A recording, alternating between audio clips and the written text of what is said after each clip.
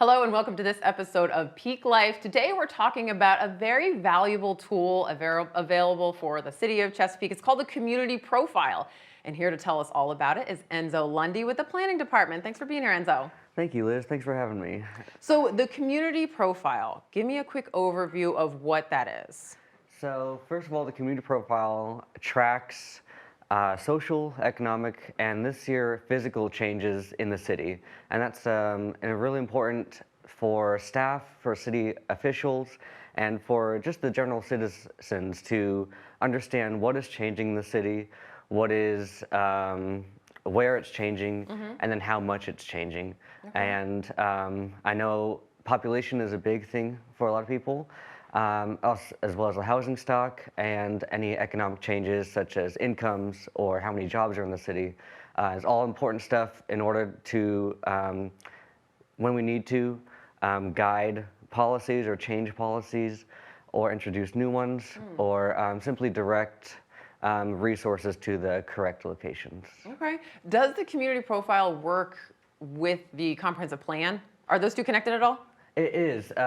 So the Community Profile is kind of a spur of the comprehensive plan. Okay. So the comprehensive plan is the long-range vision for the city that planning department staff worked with hundreds of citizens to create. And the Community Profile, you can think of it almost like a year-to-year tracking of the implementation of the comprehensive plan. Okay. We look at the data and then we see if the data is telling us if we're on track with the comp plan or if we need to change things. Oh, okay. So the comprehensive plan was only adopted this January. So it'll need 3 to 5 years to actually know, so we actually know that we're making progress or when we need to change things. Okay. But the Community Profile also acts as kind of a jumping off point for conversations with staff internally or with elected officials or with any citizens who see something in the Community Profile and they want to know more about that, like what are the types of homes that are being built in Chesapeake compared to what has been built in the past, stuff like that. I love that we are putting all of this data in such an easy to use format and we can send anybody there. Like I've taken a look at it. It's very interesting. It's really easy to use, which I think is important because this data can get very overwhelming, but you guys are using pictures, you're using icons, you're making it very user friendly. So that's a great part of it. How often do you have to update something like that? I imagine it changes pretty regularly. Yeah, so how the planning department has done it in the past, we have updated it every time the U.S. Census Bureau updates its estimates from their program called the American Community Survey. Okay. So that takes estimates or kind of surveys from the past 5 years and compiles them, and then the U.S. Census Bureau puts out an estimate for that year. Okay. So it's usually about 2 years behind like the current time. So for the 2026, this year's Community Profile, we're looking at data from 2024, or at least estimates from 2024. Great. Yeah.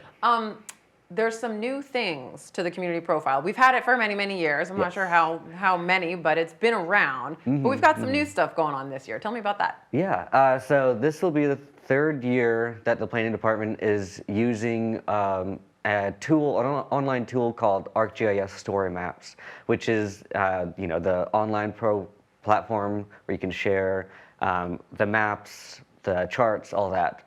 And so this year's edition includes a section on open space, which throughout the whole planning process, kind of 3-year planning process when we were creating the comprehensive plan, one of the #1 things that we heard from citizens was we love our open space and we want to guard our open space and we want more open space. Adding open space allows us to connect those data points that might be hard to grasp with real world conditions on the ground. So such as job centers. We haven't looked at job centers in the Community Profile before. So this year we took the data that we usually show as like a chart, like this is how many jobs are in Chesapeake, and we placed it in the city. So now we can see that we have several job centers like Greenbrier. Sure. Yeah. And then the Cavalier Industrial Park in Camelot. And then we have a few growing job centers kind of in Western Branch along Portsmouth Boulevard. And another really big job center is the Municipal Center, which includes not only like all the city services and staff, but also some state courts and that kind of thing. Okay. That's really cool because you're taking, I'm a visual learner for sure. So you're taking data that I might look at and be like, okay, it's numbers, I get it. But then you're actually putting it on maps. You're, kind of telling the story around the data, which I think is really valuable. Yes. Yeah, this year we really focused on storytelling instead of just showing. Yes. So not only showing the data, but also explaining how it impacts the city. And that really helps us get the data across to everyone who's viewing this community profile. I love that. And the planning department always does a really good job at making sure the community is a part of all of their decision making. So you guys have tons of open houses and community input meetings, and it sounds like this new generation of the community profile is really reflective of what the community has told you they want in the past. Yes. So we really want people to go check it out and go see it and see all the hard work that you've put in there, and use it for whatever kind of information they need it for. What else do we want to tell the community about this? So there's a few interesting trends in the community profile that we discovered. One is that Chesapeake is the second fastest growing city in Hampton Roads behind Suffolk. Okay. So between July 1st of 2024 and July 1st, 2025, we added about 6,800 new residents to the city.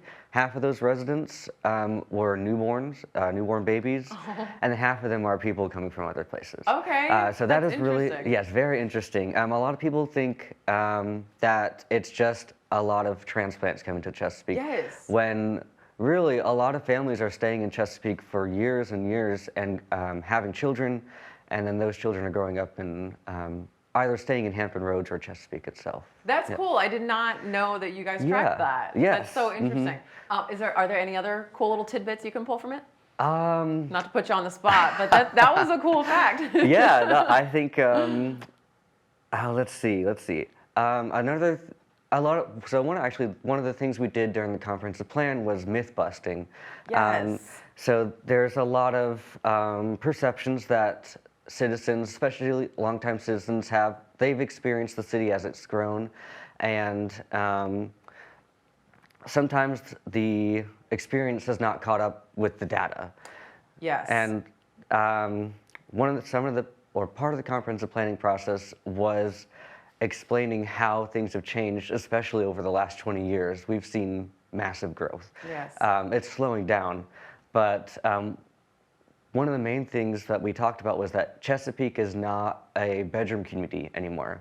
So a bedroom community is usually where people live in a city and then work elsewhere. Okay. So that has changed over, not just over the past 20 years, but like past 40 years. Chesapeake now is home to 110,000 jobs just in the city alone. And 30,000 residents live and work in the city, and then 70,000 people are coming into the city, typically from Norfolk and Virginia Beach. Yeah, and so that is one of the kind of myths.